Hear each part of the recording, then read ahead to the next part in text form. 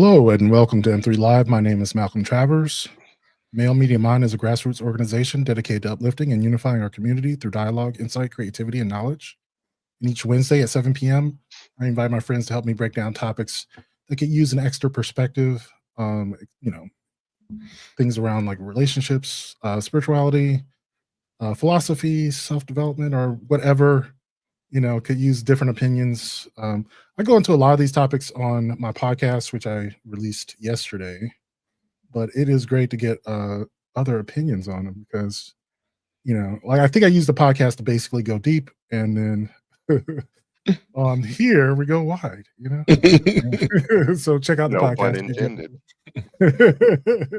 Check out the podcast if you want to go deep, but today we go wide. So let me introduce you to the panel. We got the sexy Swami coming up to you from Texas.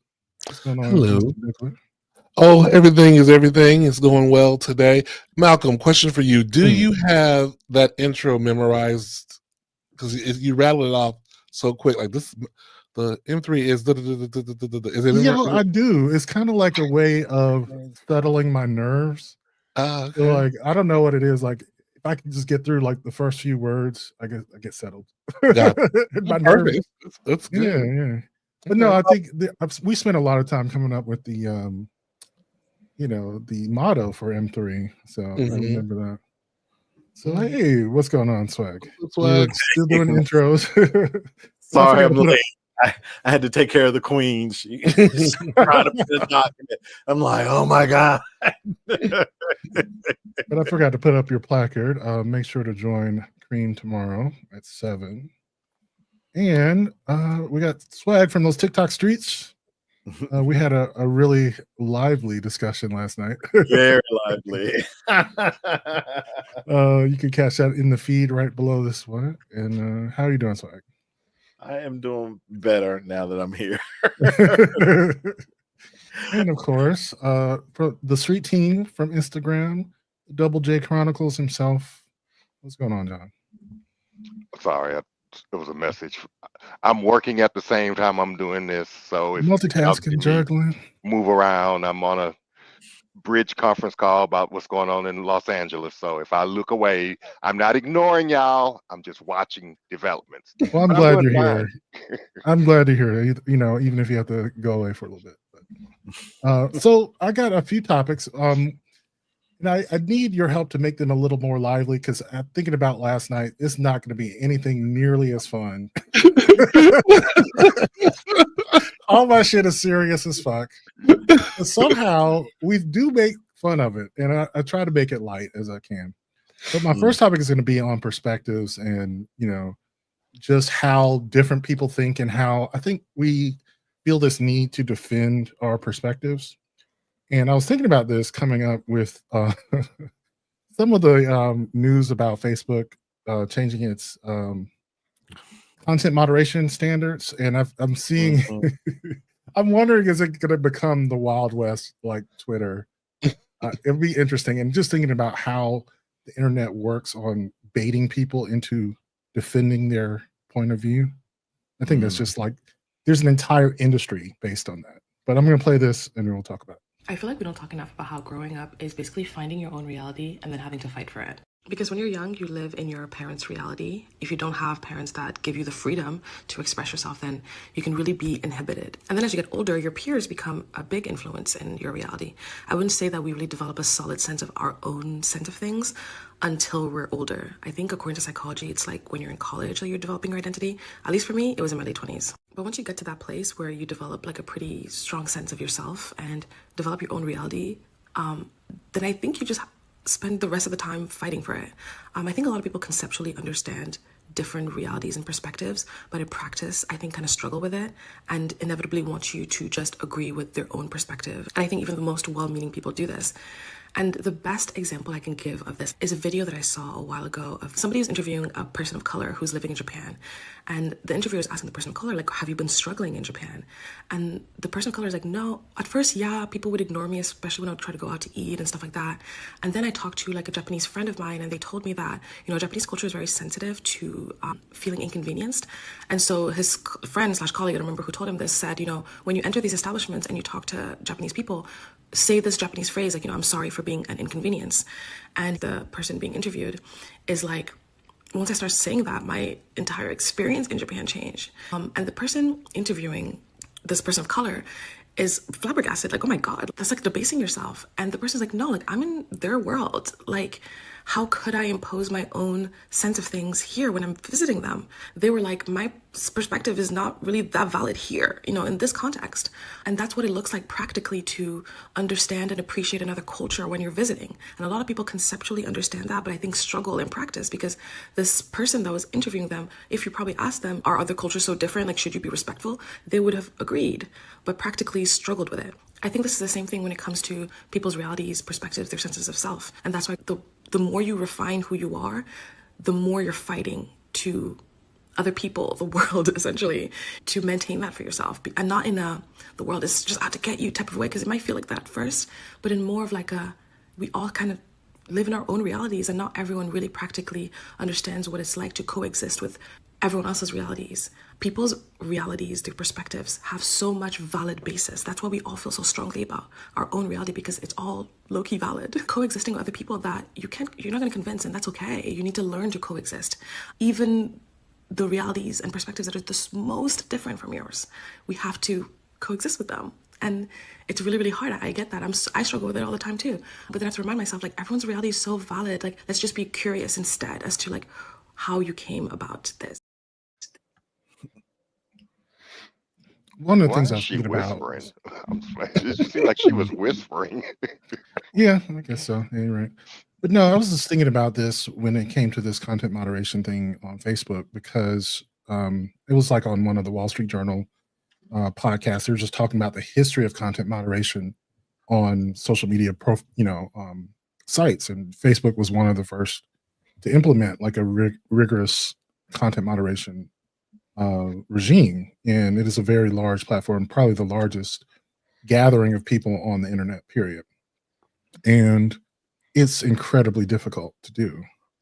And it's interesting that they're giving up on it. I mean, I think it's for political reasons, because the incoming administration, they don't want to be regulated, and they want to curry favor with the MAGA people. But honestly, like, running a business like Facebook kind of brings into perspective the idea that when you gather a large group of people, just conflict is going to happen. When people are, and I think there's like this art form that has arisen from the rage bait post. I find it interesting because, of course, I want to get views. I do, and I mean, I started thinking about it as a writer. Like, I can do this. This is not that hard. All you got to do is say something that is going to make a lot of people upset, and like try to force them to defend their point of view.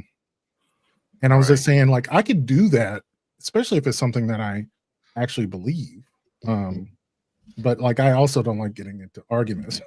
So, like, I would not enjoy that whatsoever. And I think it is, I don't know what's going to happen with that, but I think I also just wonder, like, why is it so easy to bait people into, getting views and clicks? When someone says something you don't agree with, just let them have it. Like, they can think something different than you.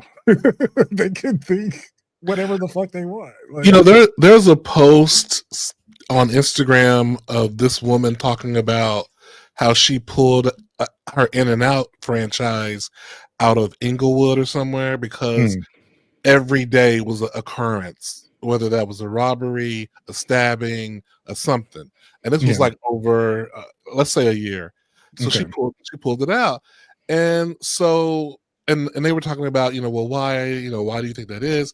And so I made a post, and I knew posting on here in this group of conversations that I was essentially like running through the building with gas on me, a building on fire, and I had gas, and I was like, "Yes, okay, here you go." So and because I posted something to the effect of, "Well, it's bigger than this moment. You got to think about the systemic racism, that's the redlining, the this, the that, and all the things that have led to people turning to crime, and which led to this and this and this." And I said, so I'm not saying that those people are right, but I'm just saying you got to take it into consideration. And of course, the racists came out, in full effect. Why are you blaming? You can't excuse. This is what do you want? Anarchy? Oh, there you go again, making excuses for the blacks and blah blah. Blah. I mean, every day for the last week, I get a notification that somebody need to comment on that post among many posts, and a couple people I have. Because I was like, it was break. I had time. I was like, they said some things. And I came back, no, girl, blah blah blah blah blah blah blah blah. But for the most part, I'm like, I don't have time now because school's back. Right. Child, people be writing dissertations about stuff that they disagree about online. It's like, okay, it is not that serious, but I think people just feel like they are right and they are going to defend certain things. No matter how insignificant we think they are, it's like, no, you are wrong, and this is the reason why. And here is a bullet list, and here's my sources, and here's a petition of all these people who agree with me. It's like people just want to be right, and they will, because I used to do that too. I used to, in my younger days, I used to get online and I used to argue with people, and it turned into like a back and forth that would last sometimes days. And then finally, I just woke up and was just like, why am I arguing with people that I don't even know on the internet over some stupid shit that don't have nothing to do with me? So I kind of gave up on that. And see, I get that all the time, Facebook, Instagram, wherever, if I criticize Beyonce. Oh yeah, bro, that was rage bait when you said her total rage bait. Dude, you were asking for people to yell at you. I know. I knew that. Waiting for it. I was like, I knew that. But just any old thing, and I'm like, okay, I'm not a fan. Can I have that? Right. I'm not a fan. You can have that, but it's a different story when you're talking about the Hive, the Swifties. I know, it's just like leaving those groups. I would fuck with none of them groups because they're people on another level.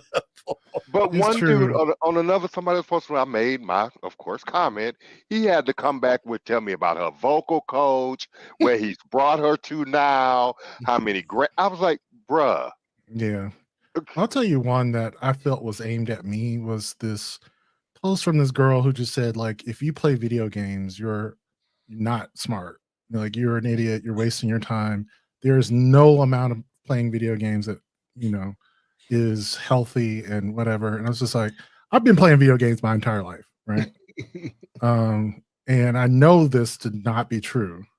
And I'm just like, this post had about 27 million likes on Twitter or something like that. It was ridiculous. So I'm just like, okay, yeah, this is clearly aimed at someone like myself. And the funny thing is, I remember when someone made a video about it and they said, like, the video game industry doesn't need anyone to defend it, like it's doing just fine. Like nobody needs nobody needs to defend Beyonce. Exactly. She's doing just fine. That one tweet about the video games being stupid. Right. They will still be making millions and millions and billions of dollars the next day. They're not hurting. Nobody's hurting. I really think the issue comes from people.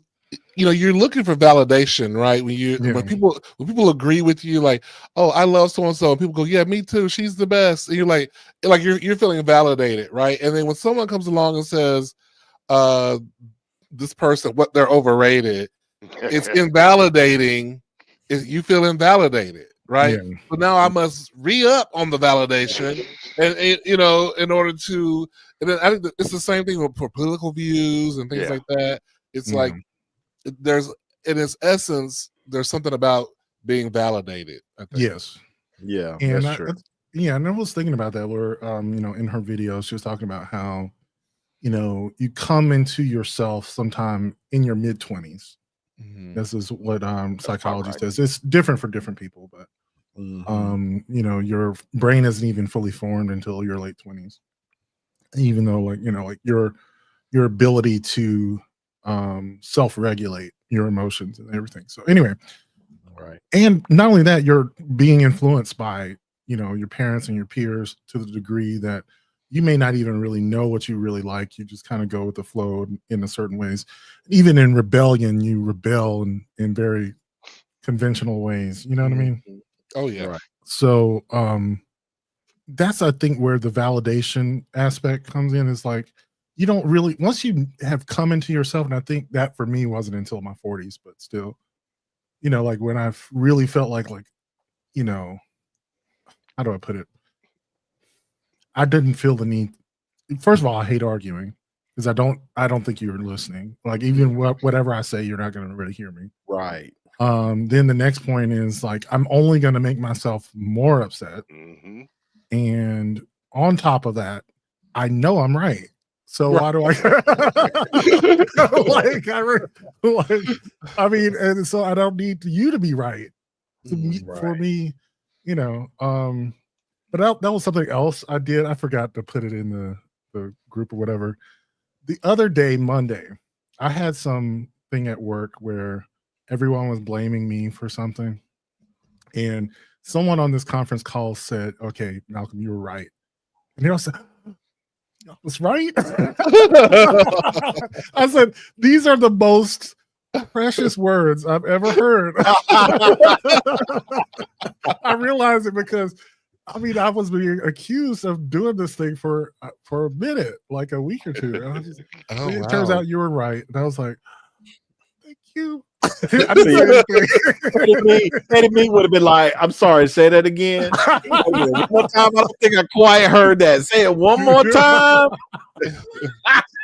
Oh God, no. Was the "you're right" told in front of everybody? Did everybody? It was. Okay, It was told on the conference call, and I was just like, You feel seen. so Well, again, thank goodness they that did was that. validation, like straight into my veins. I was like, Yes. yes. Some people would have waited for the call to be over and then would have just kind of sent you an Right, IM. on the You know side. what? You were right. But I'm just telling you that. I'm not going to tell it to the rest of the team. Right. You know, appearances. In fact, by the time I came down from that high, I forgot what they were talking about. I said, "What's going on?" Oh, right. I'm Yeah, going to tell good for the rest of that day. He was walking on sunshine and everything. Oh God, because they were blaming me for someone else's you know, and something I had probably should have double checked, but anyway. I hate that. Yeah, I know. Anyway, but yeah, so validation's real, and you want other people to know that you're right, but like, that's something I guess I've learned that other people have to come to that conclusion on their own, because the more you fight for your own perspective, the more they're going to defend their own. And yeah, saying that you were right is, you know, it's tempting. Yep. Very tempting. Yeah. Seen. Yeah, you hate to be that person's like, I hate to be that person that says I was right, but I've started doing that at work because half the time I don't know what it is. Maybe it's because I'm the boss. Maybe it's because I'm the only black person. I don't know. Who knows? But a lot of time when I have the initial idea, it's a lot of him and Han, a lot of like, well, if thens and that's, and you know, all the reasons why it couldn't work. But when I start working my Game of Thrones, girl, you know, and I plant a seed in somebody before the meeting or a couple of days before the meeting, and they present it like it's their idea, and everybody says, "Oh yeah, we should definitely do that." And I'm just sitting back. Oh yeah, I agree. Yeah, we should support that. We should support that. I'm trying to think one day I'm going to tell them when I've had it like, I'm telling you, I've had to work you bitches like I am a fucking the king of Westeros, bitch, because y'all always trying to know me. Yeah. You know, but yeah, but it doesn't matter. In the end, I get what I need. Oh god, I had this video, but I can't find it. I put it in the VIP room. It was just like someone singing, and I was right, but I can't find it. Oh yeah, I remember that one. Yeah, that was what I was talking about. Today. Yeah, The best I was right thing is from Will and Grace when Grace used to do her "Told You So" dance. Her mom, she like, "Told you so, told you so, told you so, told you so." Oh, okay, that's pretty good. I think I found it. I'm going to download it real quick, and then we could do our comments on this and move on. But is it uploading? There we go. I was right. I was right. Everything I say is right. You'd be better off if you did what I said. I have no sympathy. You should have listened to me. I was right. I was right. I was right. Yes, I just sing that in my head. Level of petty. I support it. Yes, I do it in my head. I try not to say it. But anyway. Do you have any comments or questions? Yes, we did get a couple of comments. Let's see. Demon is waving hi. Sammy, folks nowadays are willing to express their most ignorant thoughts and feelings. Therefore, I feel the need to let them know how ignorant their thoughts and feelings are. Gee, that can't see that happening. And Mr. Taylor is in the building. Hey, y'all. Happy New Year, everyone. Happy New Year to you, Mr. Taylor. Glad to see you. I'm going to assume, Mr. Taylor, you are safe where you are.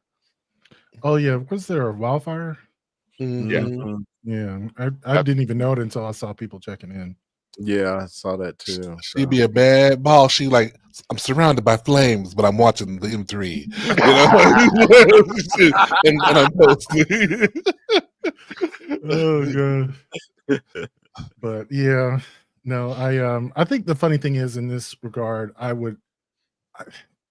thinking about defending your perspective, I would be like telling Sammy not to do what he does, but then again, right, accepting the fact that we are different, like we each have our own perspectives and things. Like I'm sure he might enjoy educating these fools. I'm like, that feels like the worst waste of my time ever.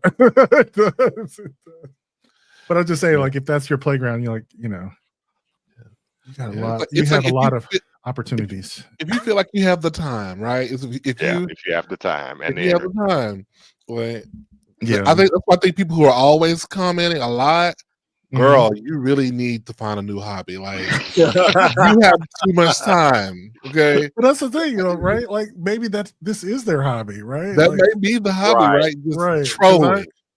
I go around collecting fake guns and a shooter. Like what? I've probably gotten this gun like 30,000 times. It's just like, yeah, but I want the exact combination. You don't know. You got like 50 of them. Like, there are plenty of keyboard warriors out there, and yes, they love what they do, and they take pleasure in being right all the time. Especially the ones who go right to, like, I had one who went to. We're talking about how unattractive I was, which is like, okay, girl, whatever. But it was like you tried it. Like, that's what you didn't even comment on the issue. It was like, oh, you're not cute. Or oh, okay, big man, blah blah blah blah blah. Like, oh, girl, like, you're a professional troller. You're a professional troller. Yeah. That is that. But okay, moving into something totally not fun at all. We're going to talk about Jamie Foxx and I think his stand-up special, and talking about, I guess, something he said in the special that this content creator kind of was ruffled by. And I guess I should start by saying, like, I'm a huge fan of Jamie Foxx. I didn't see the special, but I could understand why he's like ruffled a little bit and hoping that he doesn't go like full church mode, we play this and talk about it. So Jamie Foxx said, when I forgot about God, he blessed me with a stroke. Listen, Jamie is just making meaning out of his suffering. This is what humans generally do, whether we're religious or not. Like, we desire to make meaning out of our suffering. My buddy Myron says suffering doesn't have a purpose, but we can use suffering to make meaning. Suffering is purely a fact of life, but let me clarify, there is a difference between the suffering you choose and the suffering that chooses you. Fundamentalist Christianity convinces you that you have to choose suffering. So you'll look for ways to suffer by suppressing your natural human desires. That's some really harmful theology. You don't have to choose suffering, no matter what these Christian influencers tell you. But if you experience something beyond your control, like a brain bleed, and your only option is to go through it or give up, you make meaning in whatever way gives you a sense of peace. Sure, I have a different theological worldview than Jamie, but if Jamie's belief that God gave him a stroke, it helps him to find some peace, who am I to dismiss his lived experience? I personally don't believe in a God that would give me a life-threatening illness to draw me closer to them. I believe in a God that walks with me through my suffering. I believe in a God that comforts me while I suffer. One of the ways Christians make meaning out of God is to relate to them as a father.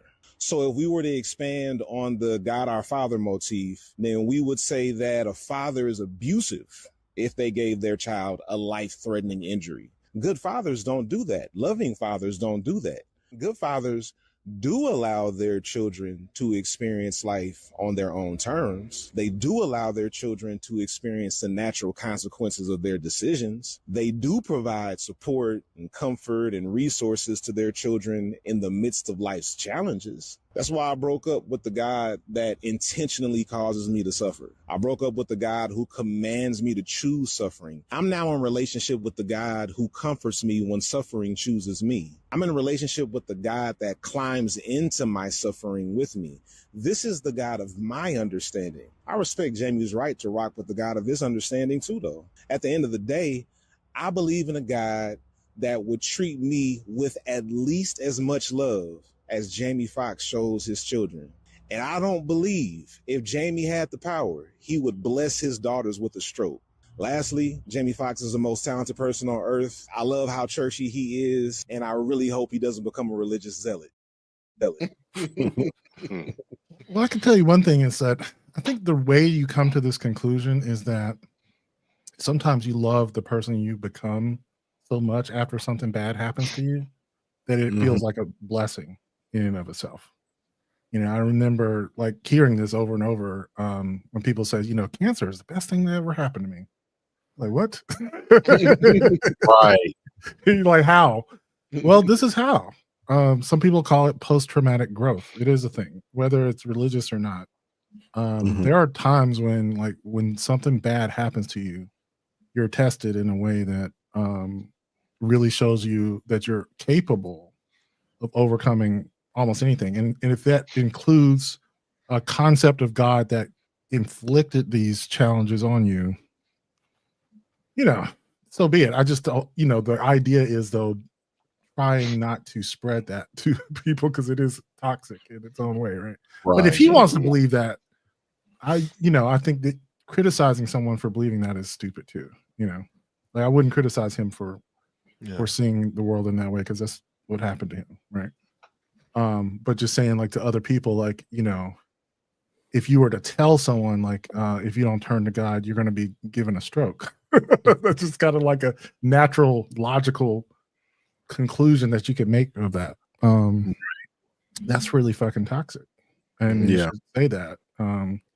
But I mean, how many times have we heard religious zealots say that, like, when a natural disaster happens, this is God telling us that, you know, he is frowning upon the LGBTQ community or something like that. And yeah, it does get a little frustrating to constantly hear that, because when it's a natural disaster that affects, you know, like families and stuff like that, it's like, well, okay, where are all the religious zealots now saying like, oh, well, God is displeased and this, that, and the fourth. But like, you know, when the tragedy happens, like with the Pulse shooting or something, this is God's hand telling us he is displeased. It's like, okay, Which is it? Because if this is God's working, then natural disasters that flush out families or something like that's God's hands too. So which is it?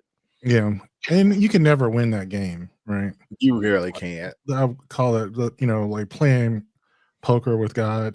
Just like, is this, like, no, you're not gonna win that. So, I'd be like, girl, if you're gonna play that, say it like this: the devil tried to get me, but I won. You're like, that's how you gotta play it, girl. The devil tried to hit me with a brain bleed, but then Jesus said, "Not today, Satan." That's how you play it. You don't play it like Jesus gave me a brain bleed, bitch. Yeah. I don't want that Jesus. You can have her. Right. No thanks. Right.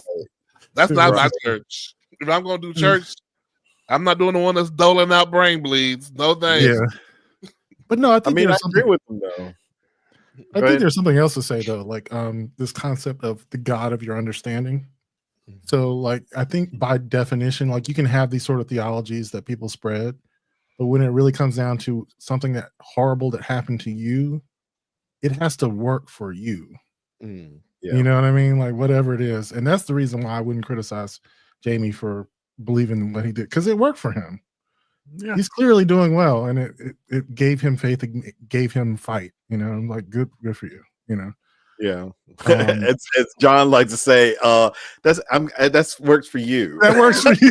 I love that for you. I love that for you. Right. In this regard, I'm not saying it sarcastically. I literally love that he's doing better because I love what he does. Right, like he's funny as fuck. He really is one of the most talented people out there. Right, so I'm glad he's working. Mm-hmm. So, do we got someone join us? I sound like I heard a little pop. I heard a boop. I know. I was like, no. Hey, what's going on? What's happening? Not much. We are talking about Jamie Foxx having a stroke. Just it being the will of God. And saying God gave him that stroke to get him closer to God. Yes, we're having a very light topic as usual on Wednesdays. How are you doing? Right. I thought I missed that part. It takes something. It takes a little life changing to get you a little closer to the Jesus factor. Yeah. I mean, I think, and I'm not to make it about myself, but I think since my fall, I have definitely renewed my faith. I'm sorry, I'm logging off too. Sorry. I definitely kind of renewed my faith. You know what I mean? Because when you're sitting in the bed for months on end, you know what I mean? It's just you, your therapist, and Jesus, and 5 guys you podcast with. You know what I'm saying? And so you have, you get reasons to kind of try to be yourself and. So, I heard him interview about, he had to find the reasons. Yeah. He kept saying, I don't want to do it. I don't want to do it. And then I know what that is. I'll still I go to therapy on Tuesdays and Thursdays. She come here, and it's always fine. I don't want to do it. So I do. I tell her that. It's true, though. Yeah. I think a lot of people take that for granted that the will to survive is not with everyone. Not everyone knows that. Like it is not. And sometimes it's just a part of who you are so much that you take it for granted. Sometimes until you don't. I always wonder how I would be. How you see the movies where the person's like in a coma or something. They're like, "Come back, Jimmy, fight!" Or you're like they're struggling. They're like struggling. I was like, "Am I the girl who would come back?" Or I'm the girl who be like, "Ooh, girl, I'm tired. Let me go. Let me go, girl. I'm this close to the rest." Girl. You have to make that decision. You have to make the decision because just so happened at the moment I fell, my motherfucking doctor was on vacation. So I had to see another doctor. This motherfucker tells me, he says, "Oh, you're 52. You walked long enough. Just get a wheelchair." And that pissed me off. That set me on fire. It was like, no, motherfucker. What the fuck do you mean by that? It's not that time for me. You know what I mean? I'm 50 years old. I'm not dead. And the fact that somebody white told me that he knew nothing about me. I mean, he looked at my injuries and said, push it aside. And I always tell people, doctors always look at your age and they look at your life expectancy, and they treat like black men over 70 way different than they treat white men over 70. Yeah. Like, ooh, bitch, you lucky. Right. How you still here, bitch? Right. You're not going to get the services. And I hate to tell y'all, you're not going to get the services unless you press for it. That a white man gets over 70. You just ain't going to get it. But like, don't press too hard, because then you become a difficult patient. And then I've been all of that. So, I have been all of that. Yeah, no, it's true though.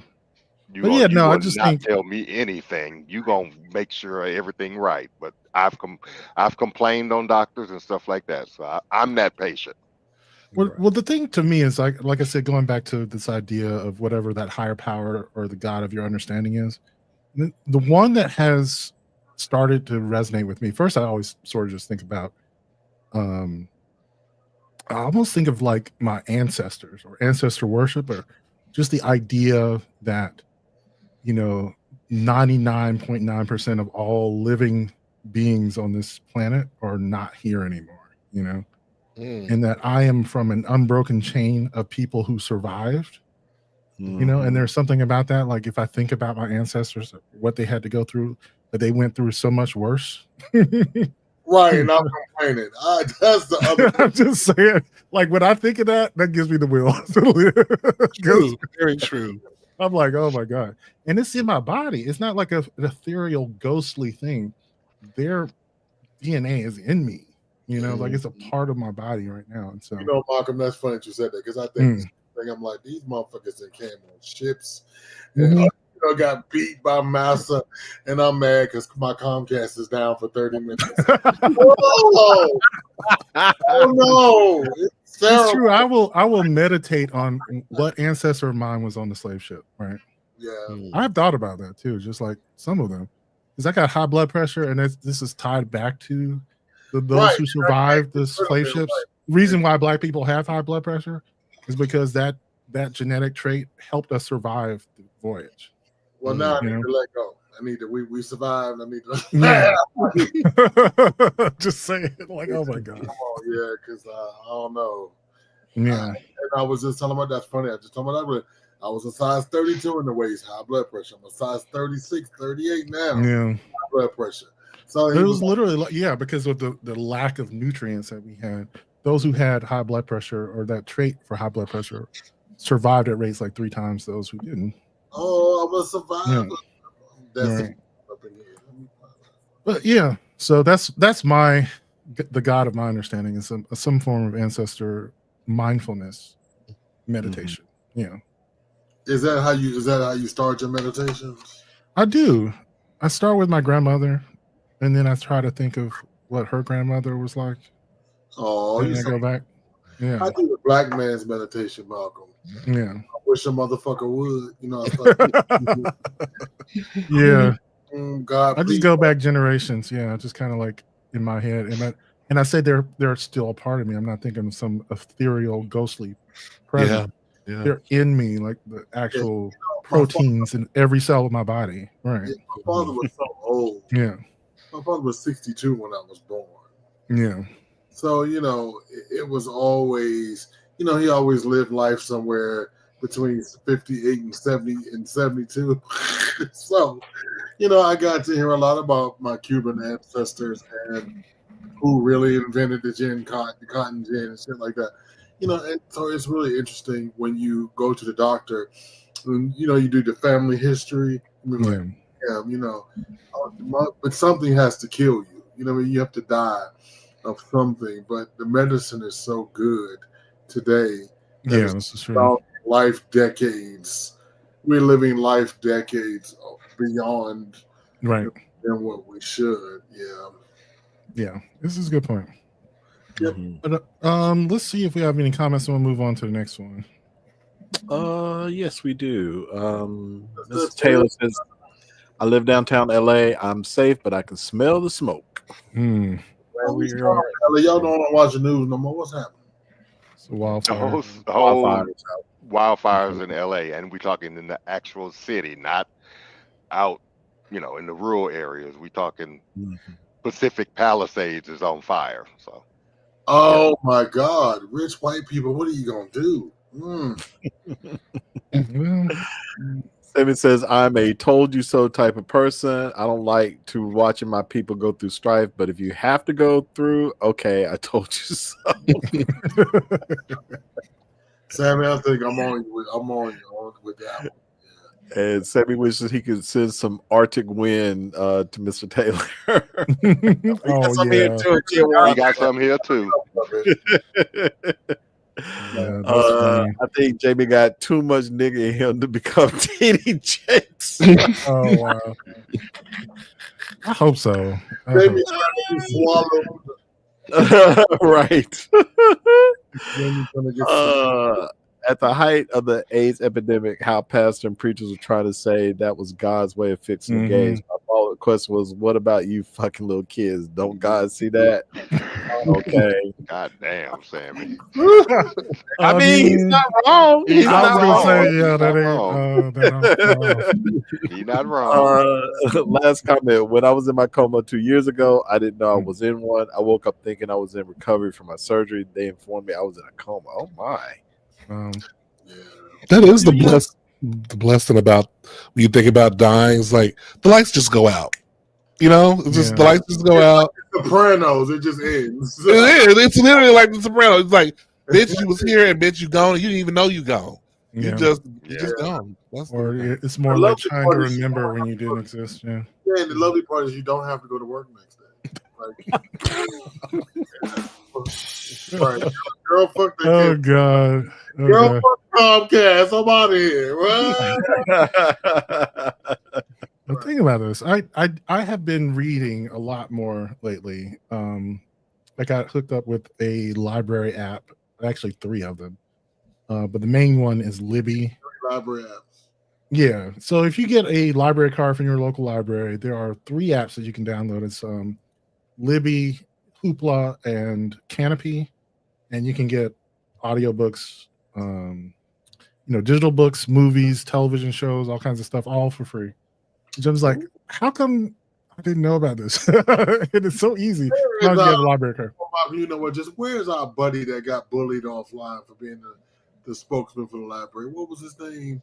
I don't remember his name, but he's at a Tennessee library. He's still kind of around. He just isn't online. He's not like on TikTok anymore, but I think he is on like Twitter. I don't know if he's on Blue Sky or not, but I have seen him on Twitter a few times. That combined with some of these new AI apps that read to you, and they have like all kinds of voices or whatever. For some reason, the voice that is Gwyneth Paltrow is like the best for me. I don't know why. It's like I don't even remember what movie she was in, but she just reads like so well.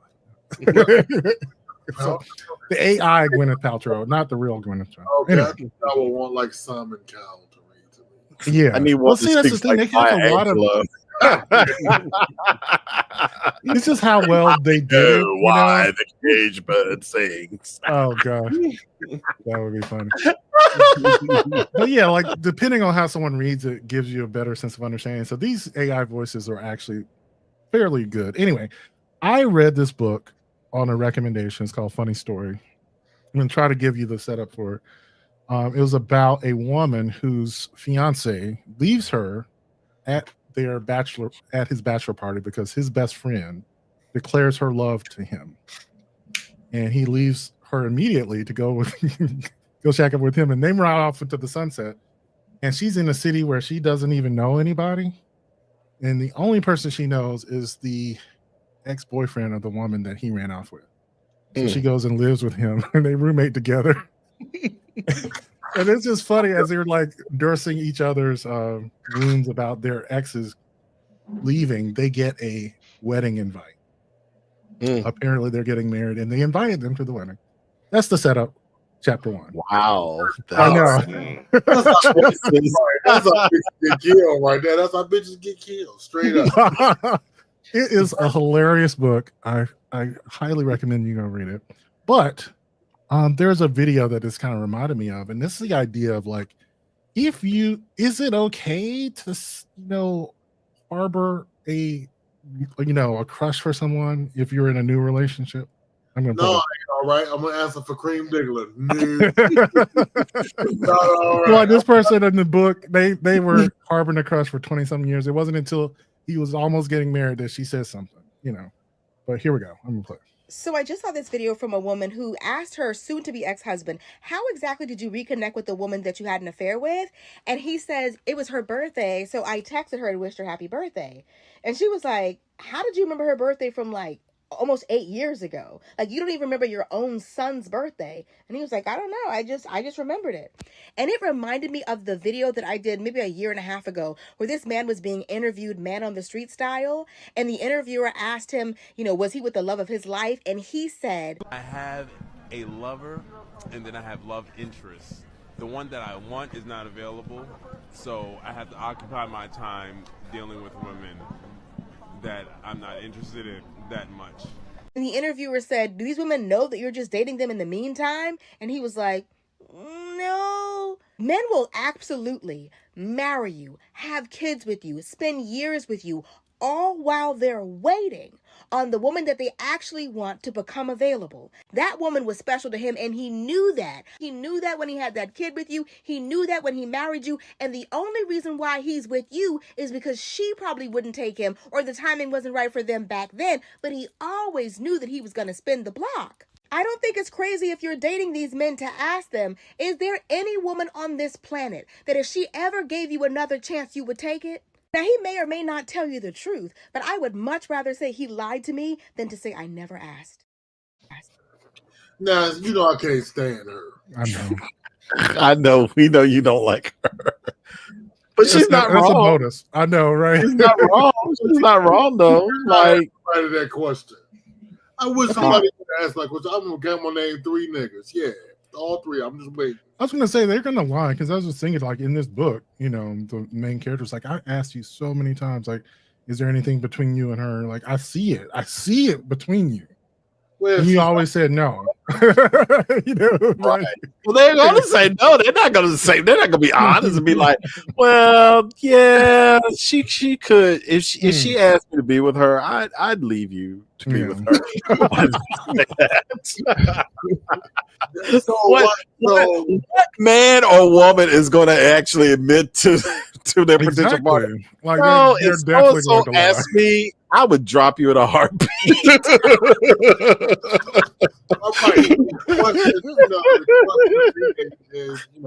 Am I a placeholder or not? Who's gonna answer that question? Right. Nobody's gonna answer that question honestly. Sure, babe, you're a placeholder. Yeah. I think the thing you have to do is to trust your own, what's in front of you. And she like, felt and she felt like between them, that was her fault. Because if I get one, I'd be like, now I call that person my inner Cream Diggler, because I'm like, yeah, that's true. I like that. Listen, you said that before, like, just my friend sit back and watch. Like, my friend gonna listen. My friend say, that's true. I think that. This is our last date right here. Well, why? Because it sounds like a whole lot of thank you, Cream Diggler. You are saving me from the chair. I owe you a big giant steak. I tell you, it's like you just be like. Now, when other people experience stuff, you can see it through. Like, I experience things very differently now that I know you all. You know what I'm saying? Because it's when you have your own experiences, it's just you thinking about yourself. But when you have conversations with other people, you see their perspective. Like, I can understand John's perspective. John is no bullshit, because if you ain't got your $5 in the grocery store, and I understand that. I completely get the rationale of that, and he is absolutely correct. When he first said it, I was taken aback. I was like, "Well, damn, that's harsh." Yeah, I think you have to not let your own rose-colored glasses change your mind, right? Like, it's like we observe what we see, but then there's this hope in the back of your mind that just like, oh well, and then you start rationalizing it, and you try to start changing, or I should say, I've done this. I will try to change what I see plainly in front of me, because I don't want it to be true. You know, Right. Don't. Mhm. yeah. You don't. Oh no, I'm the opposite, girl. I'm I'm the probably opposite. If it quack yeah. quack like a duck, it's a duck. Mm-mm. Well, I might even put a little extra hot sauce on it, girl. Okay. Like Now, it really. notice in these scenarios, I did not mention my good friend Swag, because he is an optimist to the 10th power. You know, you're gonna be like, no, they're great, they're good. No. I'm like, no, he's a motherfucker. And he's like, no. Okay. You know what I mean? But it takes a lot. Once it happens, it's over. It's nuclear. You know what I mean? It's gonna go off. So in other words, I'm on this shoulder, Cream's on the other shoulder, and I'm like, "Oh, give him a chance, Greg." And Cream's like, "Girl, I would if I was you." And I'm in the back with the I scissors. told you And I'm last in the back time what with the happened scissors. right now, girl. I gotta keep repeating myself. Bro. No. In my fantasy, on my shoulder. In my fantasy on my shoulder, he's eating, of course. So. John and told you about this bullshit. So I mean, you know, and Malcolm, you know, I think, you know, I think we've learned from each other's journeys. It's been fun, Yeah. because you know, when you went through your old man phase, that was totally interesting because you were like in your late 20s. You motherfuckers was like 62. I'm like, nigga, they gonna be dead before you get 30. But they still living, unfortunately. I was gonna say I underestimated Motherfuckers the are still here. Yeah. longevity of our 60s are going to be quite different than our parents' 60s. Yeah. Well, I'm barreling towards mine very quickly. Yeah. Saying it is On the internet cutting up. yes. Gonna be running around with braids looking like crazy. I mean, it's out here. We're gonna be out here. You know what I'm saying? We're out here showing long balls and you know, long balls back gonna be in style. Like, you know, like nigga, you can't braid your ball sack. That's crazy. You shouldn't be able to do that. That's crazy. Don't do that. Oh god. All right.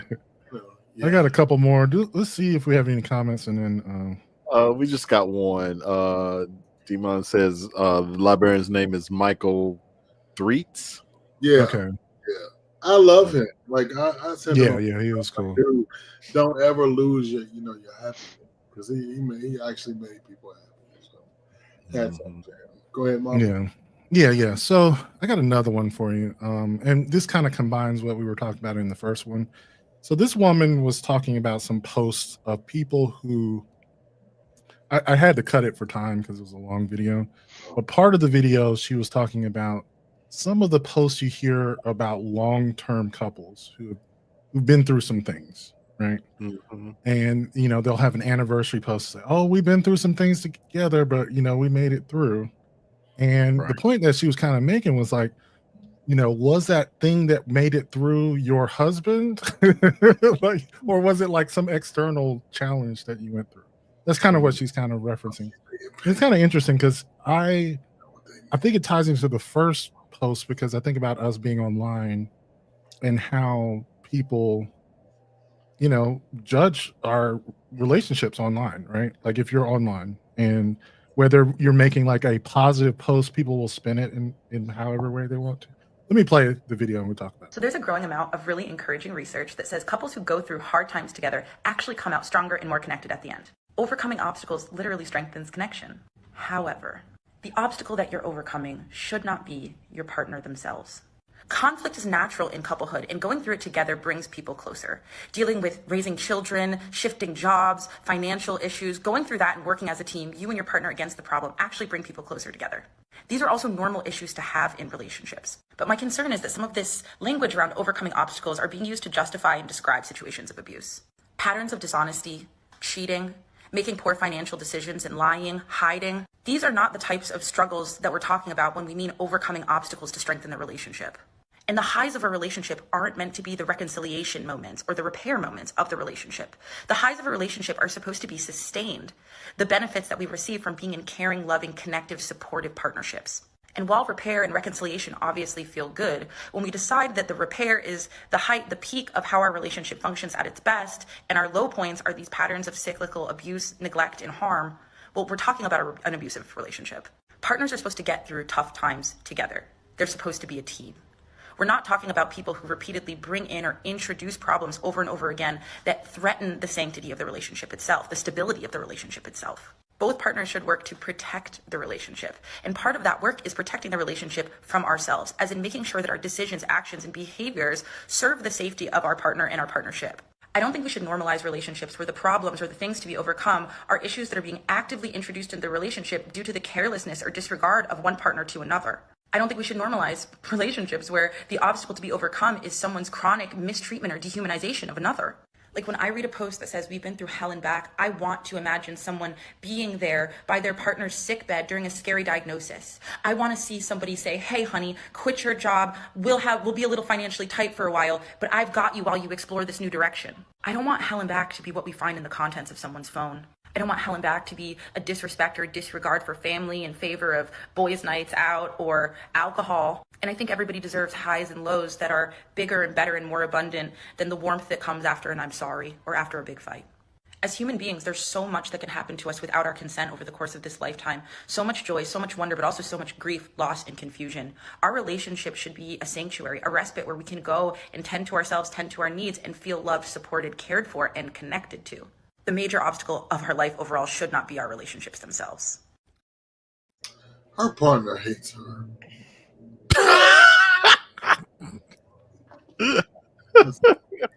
Tell us how you really feel, Gregory.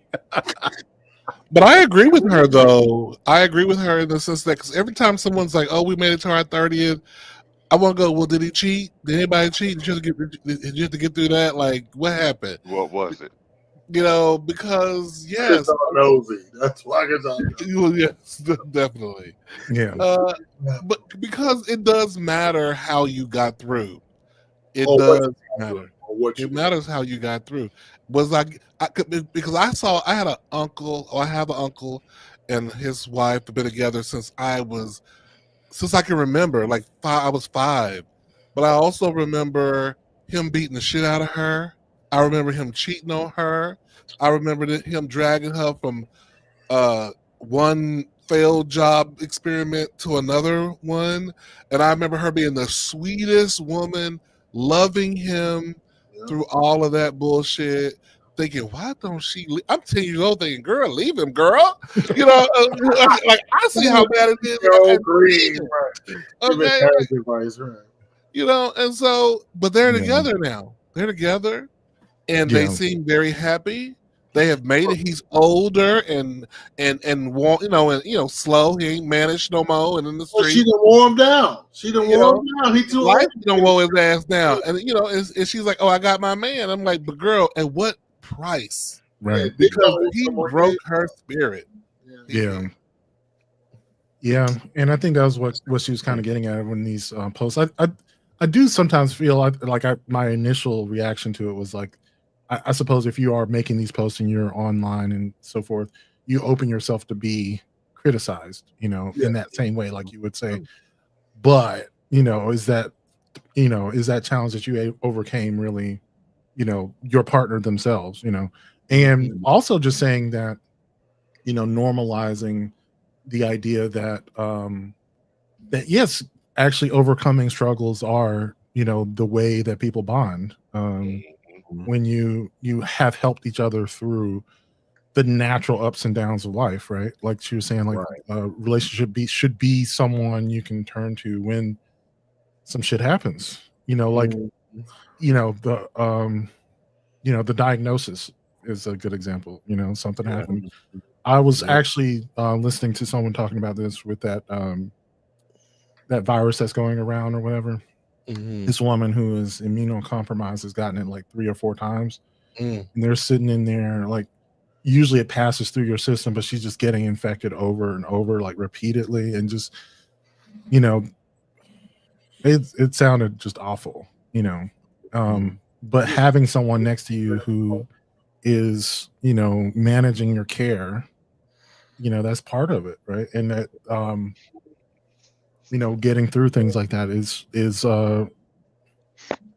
strengthening to a relationship. So I don't know. I agree with that part, definitely. Yeah. That part, definitely. but I mean, as Malcolm says, playing devil's advocate. Like how? What if it is the other person, or what if it is you that the obstacle? Like, a relationship. I mean, relationships have survived. Right. You know what? So I think, and I'm gonna tell you this conversation because I'm interviewing people for upcoming shows. So this couple has been together for 32 years, and he said about at the 17th year, he just gave up and was like, "Okay, just fuck who you want to fuck." You know what I'm saying? Seriously, I was like, "Damn!" Just like if you believe monogamy and one person doesn't, but you just gonna give in because y'all been together. Time does not dictate how good your relationship is. Say it again. It's not, motherfucker. It's not a 401k. You're not gonna earn something at the end because you've been together for 30 years. It's not. It's not that. There are other gays out there, y'all. So let me tell you something. And it's a big wide world. And by yourself is lovely. I know people like, oh, I seen a post the other day. Somebody says, Malcolm, oh, I'm not. I don't think people are meant to be by themselves. Listen, and that's how you end up getting in abusive and bad other situations. But I feel like the woman in this video was saying, although there was something about her meek looks that got me. Anyway, that's a whole story. But I feel like she's definitely on to something because where do you split the hair, Cream? Where do you split the hair of if it is you in a relationship or if it is your partner that's become the obstacle? Because in this 32, in the interview, well, it was a pre-interview because I ain't gonna do it. I was like, I'm stupid. Like this man fucked all dude friends. I'm like, dude. I mean, what do you say if 19 years into a relationship, you're just no longer interested in sex? I mean, wouldn't you want to give your partner permission to see other people, even though the other aspects of your relationship are together? Because no, that's not me. I mean, that's not what that is. But yeah, I'm just saying, like, no, I may take some time off due to illness or working or something. Yeah, because it could be literally. Yeah. You could be sick or just like going through something mentally, but and I'm just like look, I realize you have needs, and I am not here to meet those needs right now. But I don't want to give up on this relationship. Yeah, suck the hell out of that damn. Oh, never mind. Yeah, right. But being in a relationship, and this, I say this with caution, but being in a relationship is about you don't stay with the person who you were with originally, right? In terms of they change into new people. Both of y'all evolve. You're evolving, and if he does evolve into, I still love you, but I think I want to have sex with other people too. It's up for you to decide. Do I want to evolve with him? On that. Evolve depends on where you at. And if you decide to evolve, y'all evolve together in that direction. To me, that is a success. Yeah. If y'all have decided to do that, I don't want. I'm still judging, but it is a success. Okay. Yeah, I get it. Yeah. It is a success because you all decided this is how we're going to do it, and we're moving forward together in this. If you're not dragging one person along, into it. If y'all, you know what I'm saying, dragging somebody along. Or you're not doing it under duress because you want to stay with the person. Right. Or in jest. Yeah, you know what I'm saying? Like, oh, no. Like, because of Malcolm, we know people that did that. We know. Yeah. Well, I would say, like, I get the idea of not being in absolute duress, but I think there are pressures that are acting upon us at all our decisions. Yeah. Right. And so there will be pressures for you to stay in a relationship that you may not want to stay in. And I think the question is the cost worth the admission? You know what I mean? Like, it's, whatever. Are you willing to pay the cost? Are the cost and benefits clearly, Because I'm going to tell you, we may not be doing it now, but I'm thinking about it, and I will be right back. It's okay to pay every Tuesday. It's okay. I mean, because you do realize, I think the thing when you get older, you do realize, like, hey, sex is not the end all. It's important, don't get me wrong. Because like, it's not important. Bullshit, it is. Intimacy is very important. But intimacy can come through conversation. You can say honey and sweetie and baby and boo boo Shane. Those are all words of endearment and sweetness. And so, you know, my therapist had to teach me that because, you know, for months I was unable to do anything. And I was like, oh shit, yeah, you know. Right, you know, it's like, you know, it's like, no, you know, sweet words and kind acts and all stuff. So back to the beginning, you know, sometimes you have to redo shit. Like I understand where Jamie is and was. Like, you know, it's not the same. You know, you can't get up and run out the door and go get you something and come back home and eat some noodles. You got to do shit differently, and and I think getting older, especially for gay men, because this is the first generation of out gay people as a community.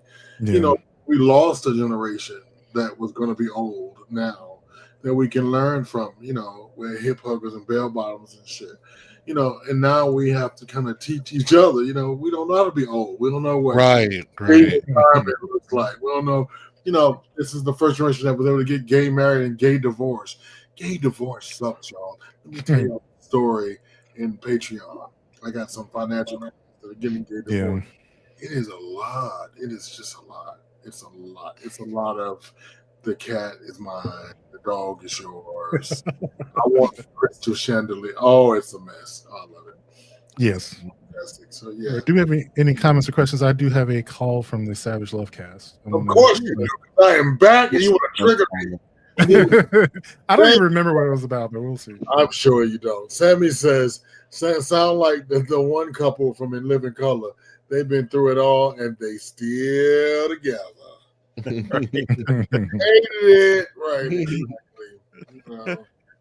So Sammy, I still want that video of you teaching color guard. Yeah. Oh, yeah. That would be cool. I want you to put it on Green's Hour. And then, yeah.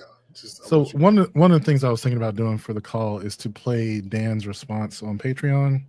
So I'm gonna play. Y'all got to sign up if you need to sign. Yes, yeah, and we can talk about both sides of it, whether or not we agree with his advice or because he's asking specific, you know, for advice in this. And I kind of remember what he said. I think it's had to deal with cheating. And like I think him talking himself out of whether or not this woman was cheating, like he caught her red-handed kind of, but you know, kind of sat in the cut looking for a while. He's like, you know, should I have, you know, ended it right then? Oh wait. So he assumed that she was cheating and he went. No, he found something on her phone. I'm gonna play the call. Oh, okay. And he did not end things right away, and he's asking, should he have ended it right away?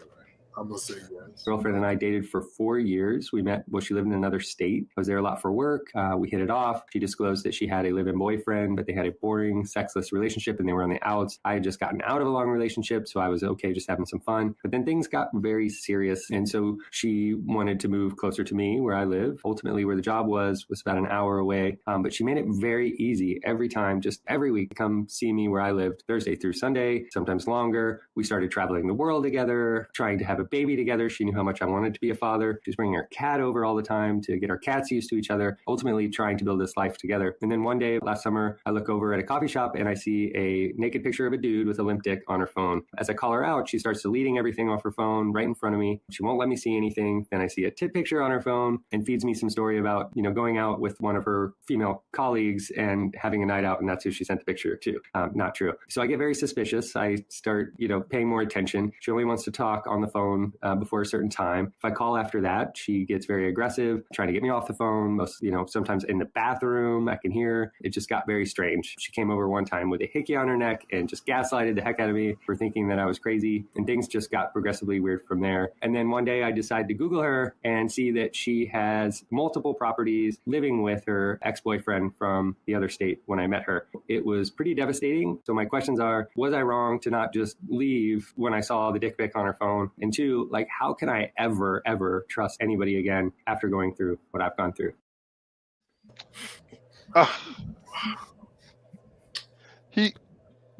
I'll let y'all talk. Well, girl, the easy answer is no. You can never trust another soul. Yes. Okay. Never. Now, what you're gonna have to do, girl, though, you don't trust, you verify.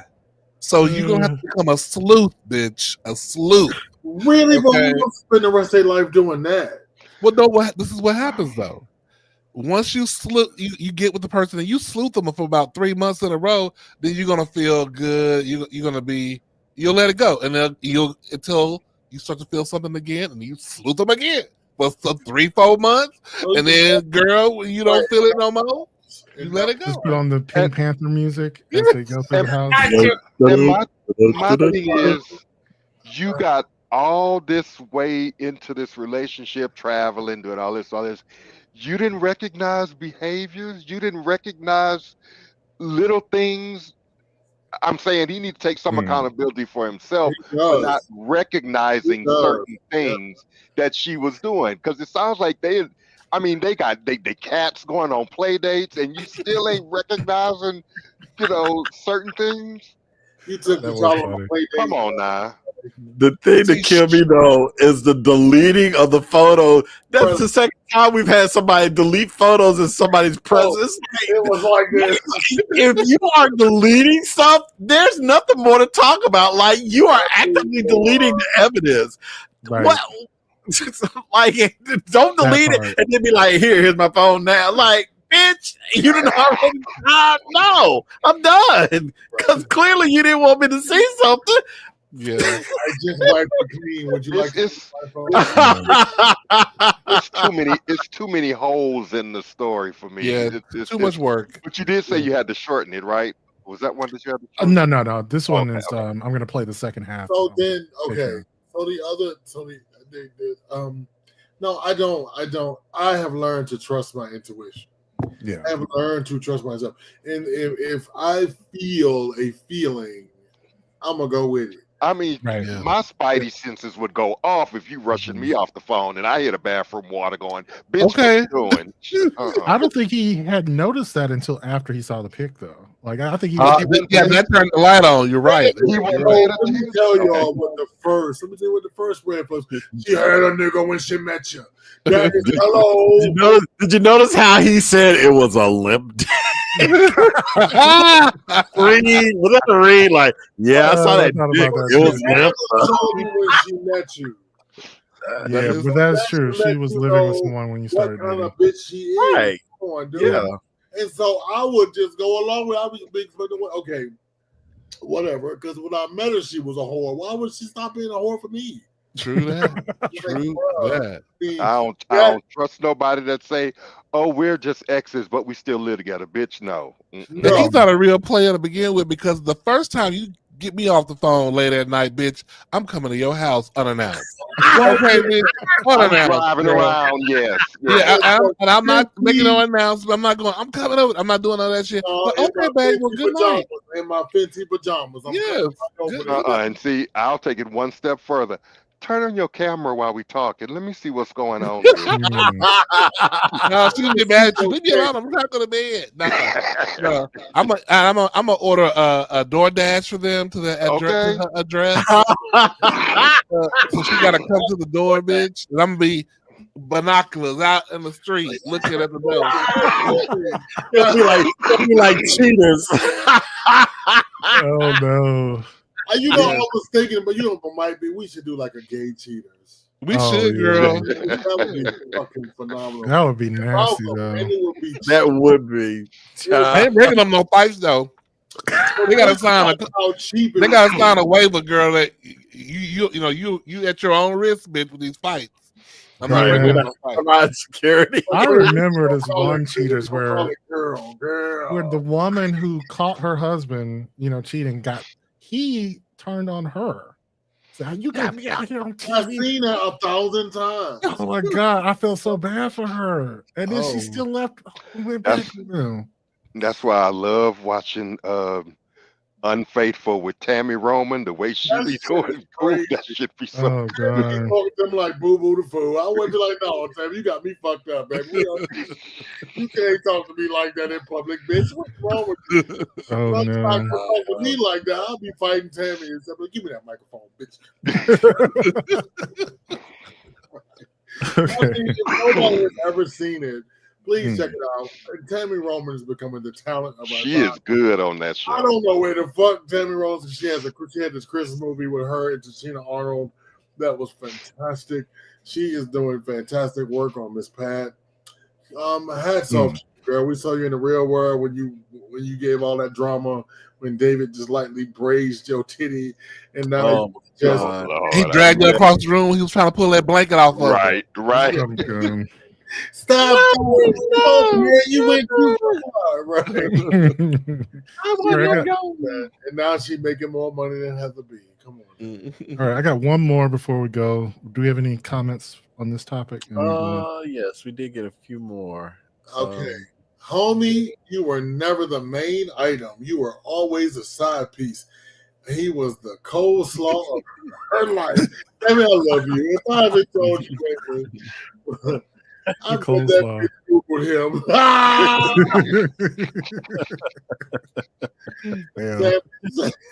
Right. I love it. I need that one as a shirt. That should be a t-shirt too. We need to collect all these t-shirts. The side piece. That's what I think about when you say sides. I think of fucking sides from KFC. You are the coleslaw of my life. I hope it's coleslaw from Popeyes and not KFC. Yeah.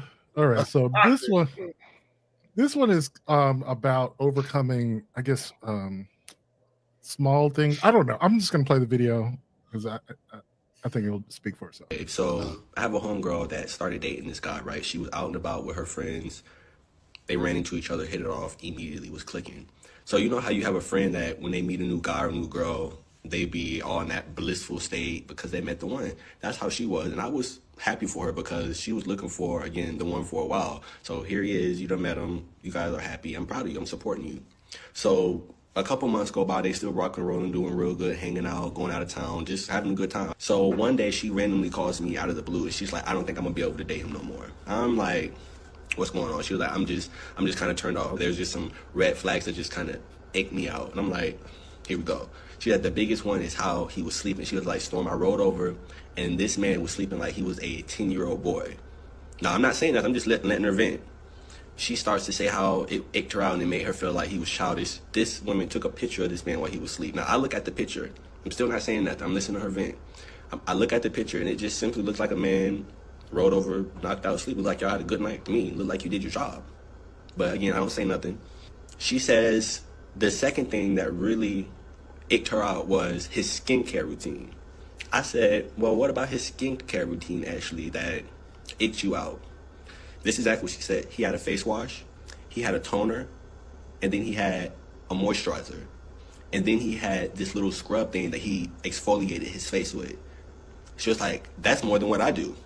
She was like, he's just a little too on the more pretty boy side for me. So she stops talking, she's looking at me, and finally she was like, are you gonna give me your opinion? I was like, you really like this guy? I was like, for the last 4 months y'all been rocking, you really like this guy? He's checking out all the boxes for how long you guys have been talking. You have said that multiple times before y'all stayed the night with each other. You said that he was respectful. You said that he's never tried to push himself on you. Everything that you've been looking for in a man, you said that you found in him. And how he sleeps and a healthy skincare routine is what's aching you out. She gets quiet. She's looking at me kind of irritated. I said, have you told him that you suffer with athlete's foot? And have you told him that you suffer with growing a beard underneath your chin? Have you told him these things yet? She's flabbergasted. She can't believe I just said that. She's like, why the hell would you say that? Because these are things that are reality that you're going to have to tell him.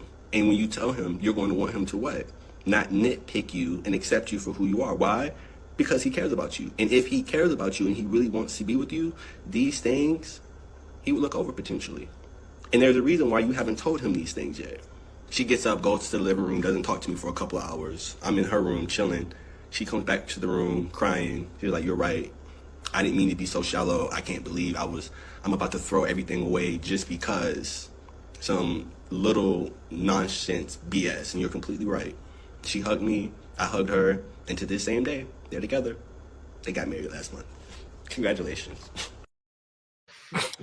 So please add that to the list. Straight men cannot exfoliate or use toner. I'm just oh yeah, you can't sleep like a 10-year-old. Like little baby either. Don't sleep soundly.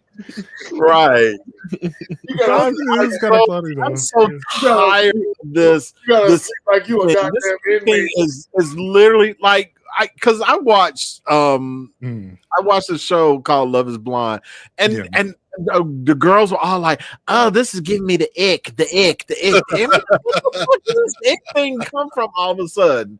It's like, okay, so he does something that gets on your nerves. It's like, bitch, are you perfect? Like, yeah, I'm glad he said that to her because I'm just like, bitch. That beard thing is a biggie. Okay, I mean, some dudes will be like, "Is your name Joanna, man? Like, what's going on?" No, bitch. When you go through menopause, me and you go into the same barber. That's funny.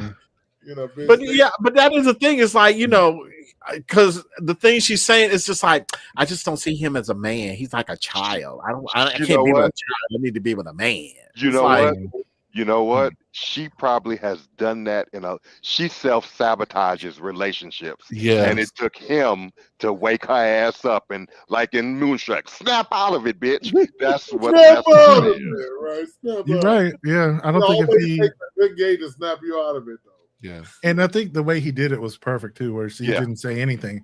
He waited for her to ask him what his opinion was. Well, Malcolm, have we not all been there? Like you meet a great guy, and you're like, I hate the way this bitch chew. You're the one who hates the chewing. That's you.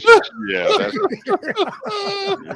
When I say bitch, I mean me. That's me.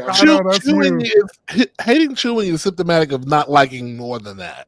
Because whenever I didn't like the way a nigga chewed, it's because there was something else about that nigga I didn't like. Right. It was just pile on. It was that black sock nigga that did that chew. Like, yeah, you're like them black socks, you chewing ass. You're like, I don't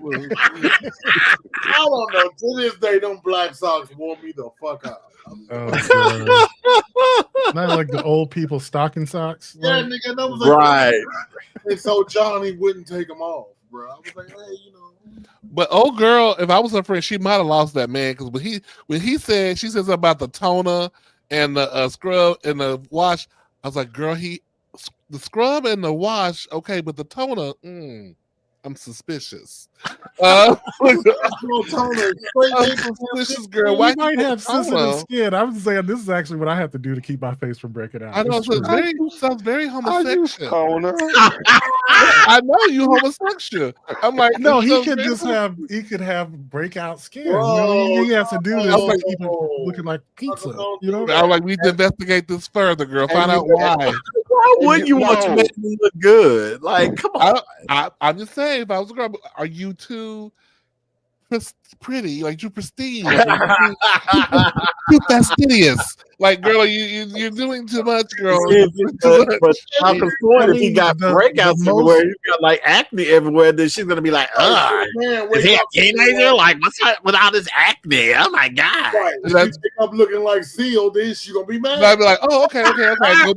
Go back to the toner, girl. Go back to the toner, girl. He all right, girl. He all right. But notice he did not complain about the sex, right? Right. That's right. The number one thing that he's not gay because he wore her back out, right? That's true. That's true. That's the evidence. And then slept like a baby. So he could be bi, but at the very least, he likes her. He does like her. Yes. Right. That's the important thing. And so, you know, when I was speaking of that, though, Malcolm, and this is a future show. Decided to sit down. Why is it okay for women to be bi, but women just cannot accept a man being bi? It is just, I had a conversation, and I'm going to have her on the show, and we're going to have it out because, you know, she met a man, and they are still seeing each other, but it's a struggle. I was like, bitch, you eat pussy whenever you feel like it. But yeah, I don't want to think. I was like, because that is a patriarchal bullshit. Yeah, it's the reason. So she got mad at me because I told her that is the reason why Kamala Harris is not the president today. Yeah. It's like the sexual role version of the one drop rule, right? One dick in your mouth and you gay. And I don't think the brother's very DMX. One night you get the bitch, you gay. And John, he's very DMX. I wouldn't have never called him as gay. And I just spot a homosexual. One night you was a coleslaw, you gay. So yeah, it's That's funny. But no, There's actually Discord on TikTok right now. There's like some Discord right now about bisexual women saying like they couldn't be with a bisexual man. But it's like it's okay for them to be. I did hear about that. Like, dude, that's There's so many bisexual women on TikTok too. Like, right. I wonder if that is somehow connected also to this fear that that men who go both ways tend to infect women with HIV and stuff like that. Like there's that. There could be. I think the two are sort of interrelated in the sense that the secrecy is what causes that sort of. But when you turn the light on and you're no longer secret, like before I got married, I did not lie. My wife and I had that conversation. I was like, I had a few dicks in my mouth before. It's okay. Yeah. Just don't. I think it's more the secrecy that kills people. Right. And you know what? I still friends to this day because she was like, just don't fuck no niggas when we together. I was like, I can do that. She was like, yeah. They all seem like that her insecurities, especially if she ever thought she had to explain his behavior to someone else and had to defend it. Yeah, that too. That too. Yeah. That too. Good skin, indefensible. I don't know. Sammy, straight men can sleep good, have good skincare regimen. Luckily, she didn't have.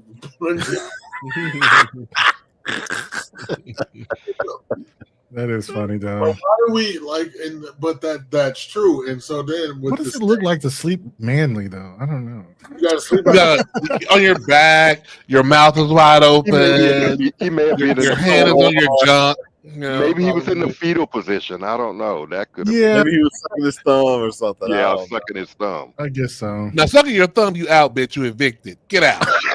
Get out, you grown ass nigga sucking your thumb. He had like a little teddy bear. Was he get like, out, get out, get out. Wanky. Like, if you sucking your thumb, what else are you sucking? I'm not even worried about that. You get out. Get out. Oh god, that's too funny. Are you eating does anybody know any adult thumb suckers? I do not. Oh, I do. I do. I can't. I'll tell you at Patreon because I'm related to them. Oh wow! I don't know any, but I would imagine it would affect their lives severely. They grown, old grown, and they know better, so they do it kind of like clandestinely. They're usually, if they've done it ever since they was a child, their mouth and teeth would let you know it too. Oh yeah, I guess so. Well, that could become sucking that bad dick too. You suck dicks too big for the mouth. What you got next? We're going to Patreon. There you go. A little bit of I have a response to the guy who can't trust with the limp dick photo. Talk about Dan's response to that. Yeah. But of course, before we go, I have funny videos. Yeah. So here we go. Well, not all funny. I just think this dude is hot. He's a power lifter. Come on, there you go. Easy. That's better. Chocolate chip cinnamon roll, guys. I'm gonna start chocolate chip cinnamon rolls. Cut one in half. This dish going viral. You got diabetes right now. Oh. That could be good though. Oh Jesus! I made a terrible cinnamon roll over break. Y'all felt that in your back? Oh look! I don't know if I everybody's so creative. Right. Give me 50. That looked good. I'm sorry. That looked good. It's a cat apartment.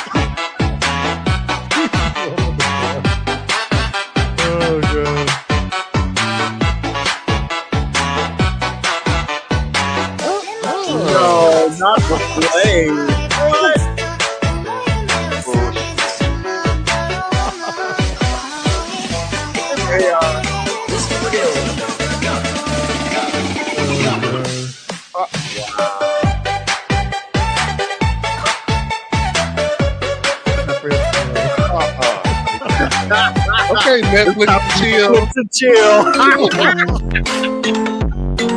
Oh god, this is a fucking panther acting like a cat. This is what T'Challa thinks he looks like. Yeah.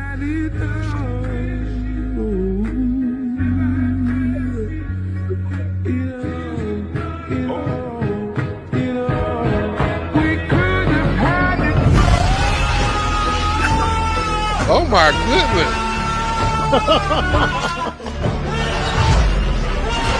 Did he do that because he grabbed his dick? Yeah.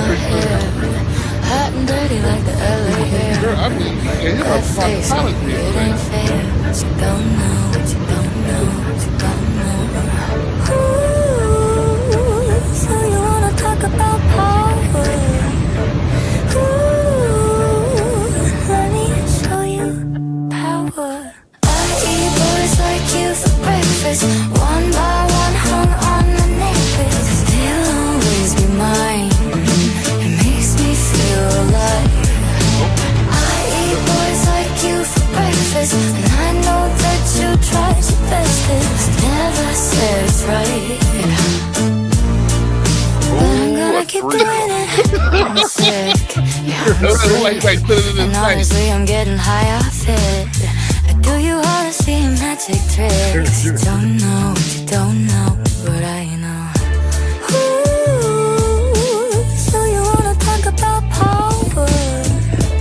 Ooh, let me show you power.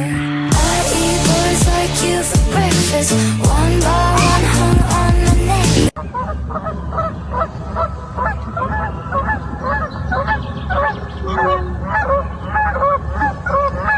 I don't know, I watch this channel way too much. This is Cats in the Boat. Nope. I love the bikes too. Ooh. Ooh.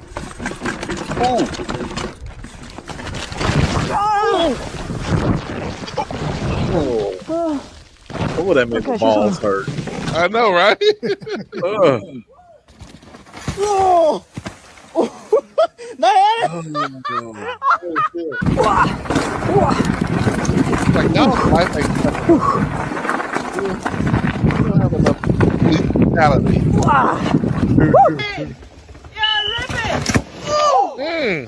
Oh. You're done. She's done. She's done. I Lord, dip his ass. Oh. Trying to trip her. I mean, even Give me big that cats feet. do that. Give me that feet. The fuck is she? Ugh.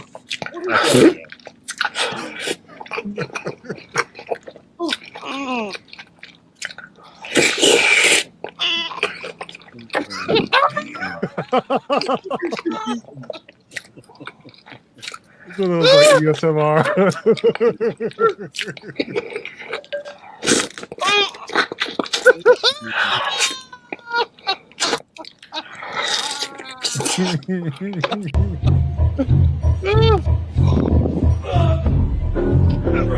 Oh, bitch. Do your kegels. That's Paulina Thunder pussy right there. Oh god, that's funny though. Don't you ever show me that woman eating again. I cannot. With all the slurping and Now, would that be better if that was a man? Would that be better with some beautiful? No. Oh, okay. No. It's just that disgusting. Was that like shrimp she was eating? Yeah, it was seafood. Seafood. That was a long lobster. I think it was either lobster or crab leg. I don't know. Crab leg. Crab leg. That's it. And then an egg. All that, yeah. Yikes. Eat boys like you for breakfast. Yeah. Trying Great, to find great song. let me That's why we're gonna go to Patreon, but I just want to promote some of our upcoming shows. Of course, tomorrow evening, join Cream and the cast for Y'all the come on over. New Year's show. Come on over. yes. And on Saturday at 11, I guess we're going to have to change. 12, I'm back to 12. You're back to 12. I had a meeting with the Geminis in my head, and we said, I think that saved things for you, Greg. I think that saved things. And then, of course, on Sunday, Devon and the Blurs. He back got a that new ass up. I see you. New Year's. Why Yeah, is the D and the S is blue? Why? You know, I don't know. Maybe it's for like Nintendo DS. I don't know. It's Blurred's. I was wondering the same thing. Oh, I thought it was his. I thought that was his initials, but it's not. It's No, initials it's are not. DV. Okay. I don't know. And of course, you can follow John on social media at the Double J Chronicles. Yes. My latest episode of the M3 Bearcast is out now. It comes out every Tuesday. And I will be back on next Wednesday. Of course, actually, I forgot to on Monday. We might end up changing this. I forget Devon's work schedules for the new year. Has to come out yet. So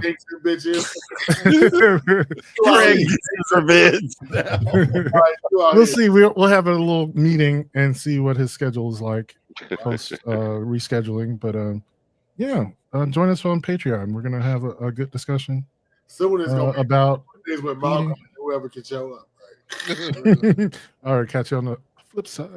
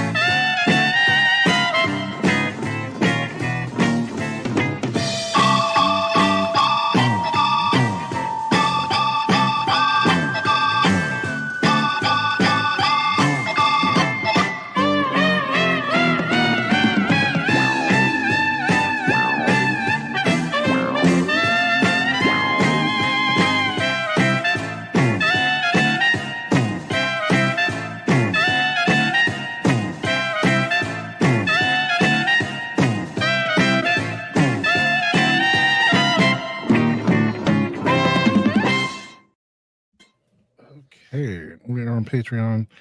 All right, so I'm just going to play the response that Dan had to that caller. Let me find it here. And then we can just talk about whatever. You're looking at that dick pic that you spotted on her phone, that pic of a guy with a limp dick. With 2020 hindsight, you now know what that pic meant. So no, you weren't wrong not to just leave at the sight of that dick pic. There are lots of good reasons somebody who wasn't lying to the degree and the extent that this woman had been lying to you for 4 years might have a rando's dick pic on her phone or his phone, or a rando rack pic on his phone or her phone. Could be something from the spank bank, could be a hot ex. They could be flirting with somebody without any intent of ever meeting up with them, and just kind of, some people would call this micro cheating or micro infidelity, just swapping a few dirty pics to feel affirmed and sexy and goosed and charged up. And it's not something that most people would particularly want to know their partners were engaged in, but might in some roundabout way, ignorance is bliss, benefit from their partners engaging in. Somebody else affirms your partner, tells them they're hot, tells them they're sexy, swaps a couple of dirty pics with them. Your partner who's made a monogamous commitment to you honors that monogamous commitment and comes home all horny and pivots to you, and they're attracted to you. It's not like they're staring at that dirty pic that somebody sent them on their phone while they're fucking you. They're fucking the shit out of you, and this stranger, this thottie, this hottie on the internet, cranked them up. However, her reaction to you spotting that pic, suddenly deleting everything off her phone, no, that was a tell, right? That her explanation for the dick pic wasn't, oh, that's my ex, and every once in a while I like to look at that dick and have a wank, but I don't ever want to be with my ex again, and I love your dick. That she started deleting shit. That was a sign that it was more than just some random or some ex that she had on her phone. Something was up. Your spidey senses were tingling, and they should have been. We know now, because this bitch had a secret second family. She was playing you. She was lying to you for 4 fucking years, leading you on in this really devastating way. People throw gaslighting around, that term, too loosely. You were gaslit. I want to introduce my cat to your cat because we're going to live together. Meanwhile, I have a secret second family and properties I own. No intention of ever fucking living with you. And the let's introduce our cats to each other was this head fake to keep your dick coming. Yeah, that's gaslighting. And I am sorry that happened to you. How do you trust again? Your other question. You will yourself to. You trust but verify. You Google people a little sooner than you might have started to Google this woman. You tell someone you trust them. You tell them you had a bad experience. You share this when you get to that stage of a relationship, when you move out of the auditioning and stressing out to your friends about the things that are stressing out about the relationship and really processing with the person, not endlessly, but to come to make the relationship work, to adjust to each other emotionally. And at that moment, you can share an insecurity and say, this is a thing that happened to me. And it's crazy, but it's true. And I have the receipts and I can prove it. And so when a thing like that happens to you, it can leave a mark, right? And so, yeah, I need you to be straight with me. You got a secret second family? I need to hear that you don't. And I'll need some reassurance every once in a while. And please, if you start doing things that are, my brain might start adding them up in a way that's unfair to you because of what this shitty other person did to me. And we both might have to live with the consequences of what this shitty other person did to me, where I will be sometimes maybe even a little irrationally insecure. And I'll need reassurance that you wouldn't have to give to somebody who didn't go through an experience like this. And if somebody loves you, they can hear that and they can come through with that kind of reassurance. And if they're squirrely about coming through with that kind of reassurance, if they can't give that to you, okay, maybe they don't have the emotional tools to be in a relationship, or maybe they have a secret second fucking family and a bunch of dick pics on their phone that are incriminating and not innocent. And yes, I do think it's possible for somebody to have innocent dick pics of other people's dicks on their phone. That makes me an outlier in the sex and relationship advice racket, but it is what I think, and you did call me. He's setting that person up, girl. He setting you up for the failure, girl. You don't tell the person, girl, I got issues with trust. I'm gonna be watching you, girl. So no, girl, you gotta pretend. Hide your crazy. Hide your crazy. I think he did caveat that this was something you out there before you make like a long-term commitment, not like upfront. Right. Mm-hmm. Yeah. Right. Yeah. Hide the crazy girls. Yeah, hide the crazy till they're ready to commit. But you were right.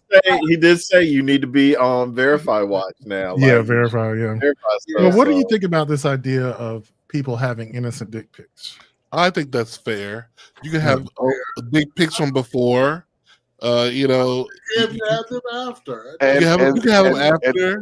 It'll happen after because there's maybe some people that you try to get with or whatever don't know that you're in a relationship now and just one day send you one. So it happens. No, we can't. It's really about the reaction. No, can't do that. We can't keep new porn that people sent to us after the relationship. The new porn comes from, I'm in Telegram and I'm looking at Malcolm's After Dark section and I see some shit I like and I'm downloading that. You don't keep John's dick pic that he sent you in the private when he went, what you think about these shorts? Are they too short? And his dick head hanging out the bottom. And you're like, really specific. I can't be innocent. No, bitch. You don't do that. No, please. I'm saying while you're dating or talking or whatever, there may be some people that don't know you're dating right now, and they figure, okay. Right, and I think it's really about how you deal with it. Like you should work in more conversation. You should hold on to that. If you're in a relationship, you should not hold on to those pics. Not new stuff. Not new ones. Yeah. Because to me that indicates that's a just in case. That's like this will work out. Break glass in case of emergency. This is just in case. I'm gonna go back to that hoe who sent me that stuff. But no, you delete all that shit. The new shit. Nowadays in phones that are coming out, I don't know. You won't be able to delete anything. Right. Well, yeah. Like if you have access to someone's phone, their entire phone's history is going to be available to you in some form or another. That is where phones are going. Like every phone, like I was saying, I'm talking about the new Android that's coming out. It will scour all your data. It's going to have all your shit. If you have access to their phone, like you got it all. So, but you know what? You're going to have it all. I want access. Here's the thing, though. I don't want access to my partner's phone. Yeah. I don't either. I don't want it, but I want to have. I don't want to use it, but I want access. No, I think he has a right to be a person. I think that, like, Yeah. I'm not going. May not understand the text message. I may not understand. No, because just keep. I have never once gone through my husband's phone. I had no intention of doing it, but I know the password if I decided to get into it, just because I may need to. Like I may need to. Well, that's like, actually legit, though. you know, I That's mean, legit. get into it. Yeah. But also, you start cutting up. He sleep. Let me get this phone and take a look. It's not above me. It's not above me. I'm not above that. Let me open up this phone and go back to July 7th, 2023 at 3 o'clock in the morning. You know what's so fucking stupid? It's But like I am a witness and everything to it. I don't want your password or anything like that because it's happened to me many times. What you do in the dark will eventually come to the light. True that. And I've been on both sides of that. So yeah. I just think like it's gonna get incredibly different for the next generation of phones. Like because we may not even access our phones with our hands, you know, it'll just be something you talk to, you know. I mean, it's like, let me see all the bitches he talking to, and it's just like, it just all come up. I mean, that literally was an episode of like Black Mirror where everything, like literally, they had like contact lenses and it recorded everything, and they could go back to like a particular moment in time and see exactly what happened. It's like that's useful to me because, girl, I forget so much shit. I really do forget shit. So that would be so useful. They used it to go back, and it's like this couple was having an argument, and she was like, "I never said that." They went to her thing, rewound back to that day, and she was like, "Oh, I thought I said bitch. No, you didn't." Gotcha. It's funny that like I was hoping they would actually, you know, there was news that Robert Downey Jr. bought the rights to that story and was going to produce a movie based on it, but he never did. I would love to have seen him in that role because at the end of it, if you remember, like he catches her cheating and he's like so disturbed by that he's watching the movie of his wife cheating on him over and over again. Right. It's like, it was fucked up, but I could totally see him playing that role. Does he end up like murdering her or something? Yeah, I think so. It's implied. I don't think. You see how that ends? Didn't cuts his eyeballs out or something. I think. Yeah, like he cuts the thing out of her. I think. I'm not sure. I can't remember, but I was just saying, I don't know if they would do that for the American version of it, but it was such a good thing, and I think it's at that point now. Right. This new Android service or whatever, XR. Swag, Cream, can I get some information on your neon sign where you got that? Yeah, I'll send you the link from Amazon. Let me go in there because I got it on Amazon. Okay. And Swag, I called you today because my ring light is about to go out, and I need your recommendation on what to replace it with because it's blinking and shit like I'm in a dirty basement. That's not the look you were going for. I see the overhead light on. You were going for subterranean sex dungeon. Or no, it's always that room where the killer has all the pictures on the wall. You know? Right. The light is blinking. Sadly, I was working and the screen is small any goddamn way. I'm like this. Yeah, 269 and shit to start. I'm like, I got burned. My eyeballs started swimming. I was like, no, right? It was crazy. So yeah, I think it's good to play Dan Savage's opinions because the questions wear me out. The questions just wear me out because they always, whatever they are, they always end in white privilege. Somehow they get around to I'm a privileged white person, and oh my God, how could this happen to me? Yeah. I was telling my boss, is Dr. Patel is a person of color, and he was like, gosh, what are people of color going to do for the next 4 years? I was like, you have been in America long enough to know we're going to be all right. because life is not going to change because who's the president. Right.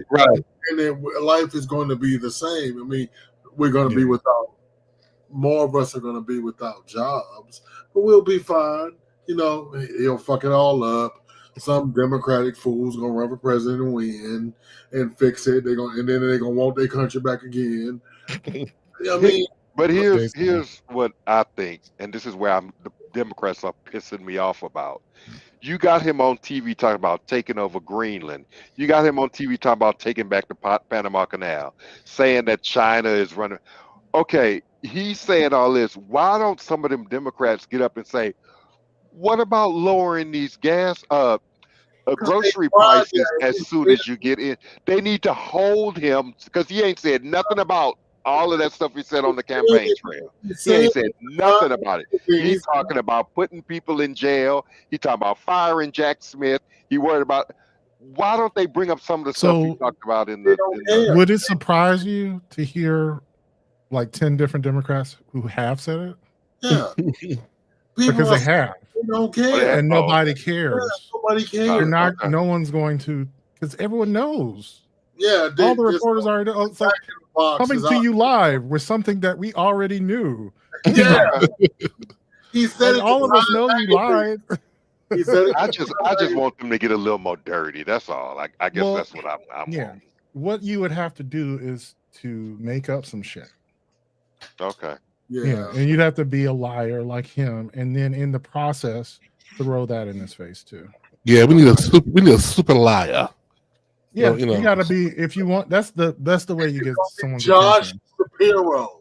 I'm telling you. Well, I'll tell you one of the funny things that they're doing on Facebook right now is because they got rid of their content moderation. There are all these posts about Mark Zuckerberg being a pedophile or Mark Zuckerberg. I was just telling Greg about that today. I was seeing that that's all over hilarious. Facebook, and it's hilarious. And you know what? Good for him. I think he gets exactly what he. The other thing I love is the block button on Blue Sky. Yes, those Trump people are really. Oh my God, are you blocking us? Bitch, get out of here. Nobody want that.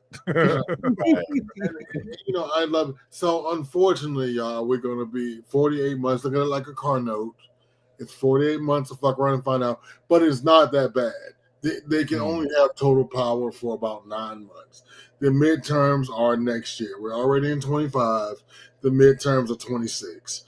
I'm not gonna get on my soapbox about voting because people don't care.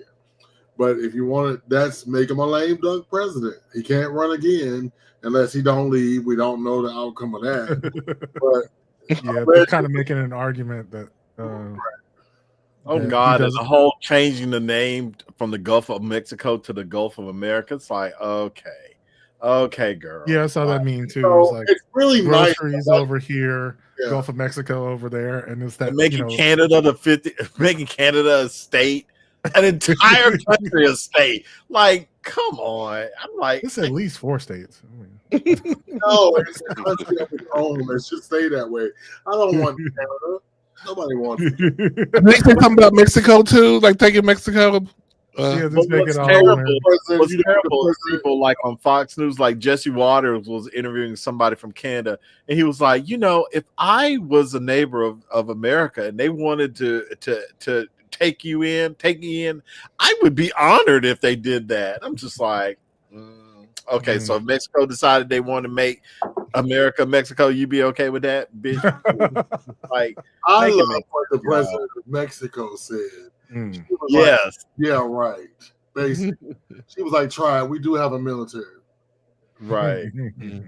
Well, people were saying on in the comment section, well, why not Canada, United States, and Mexico? Because that means welcome to come.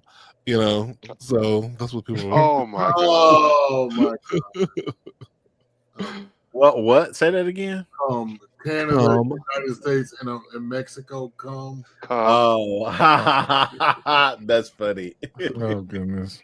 I need a towel for that.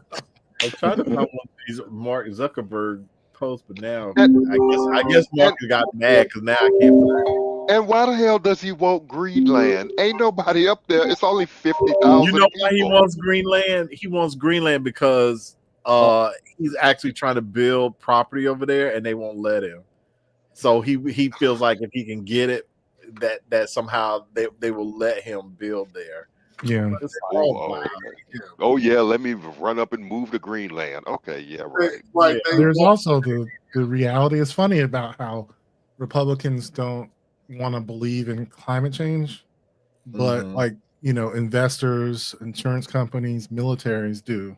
And part of the idea is getting further north means less effects of climate change.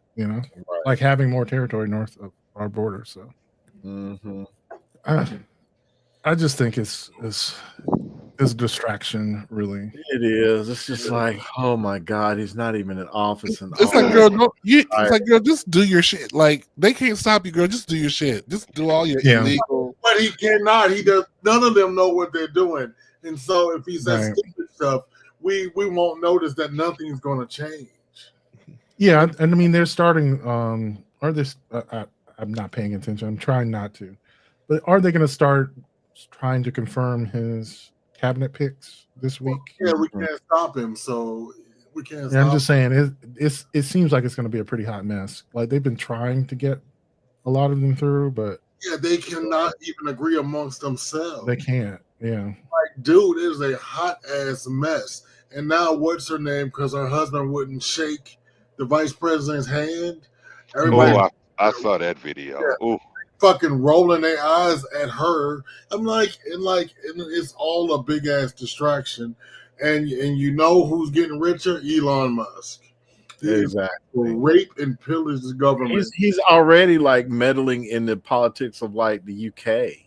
Correct. Well, you know what's even crazier though? It's like I've moved away from politics to business news, and I don't know. This is one of the first times when I'm listening to the business news that I really don't fully understand what they're talking about. They're talking about in IPOs, which I guess is what initial public offerings. Yeah, right. They're up really high for whatever reason because of Trump. And to me, a lot of people feel like this is some sort of speculation, like the beginnings of a bubble burst. Yes. So why that is, Malcolm, is because the speculation is that Republicans believe in deregulation.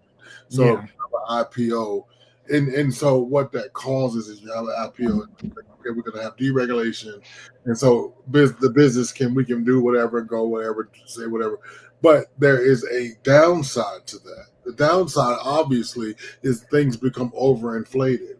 So my thing is, by the end of 26, we are facing another recession. I think so too, and does not have the skills that Joe Biden has to keep this fragile economy afloat.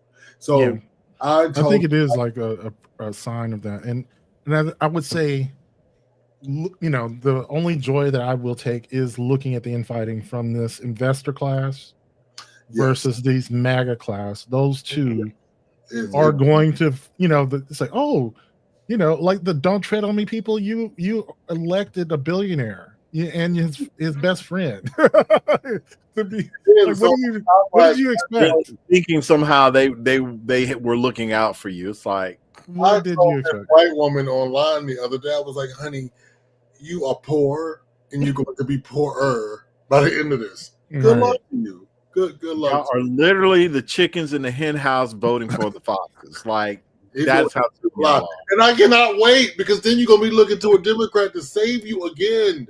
Yeah. I hope I live through this to say, nanny boo boo, bitch. Always. We're all gonna be singing. We're all gonna be singing that song that's going around. It's like, I couldn't believe the leopards were gonna eat my face. Right, then I'm gonna tell you. I never thought the leopards would eat my face. That's it. Yeah. Find white people, Malcolm. This is how you got Barack Obama. Remember? Yeah. This is how you got Barack Obama, but it's going to be worse. It's going to be Val Demings. It's going to be some black woman or black person from Florida. And I said, good fucking luck. And then at that point, you're going to be out of power as a population. And then good luck on getting your country back. So enjoy. Yeah, in the meantime, like, is there anything I forget?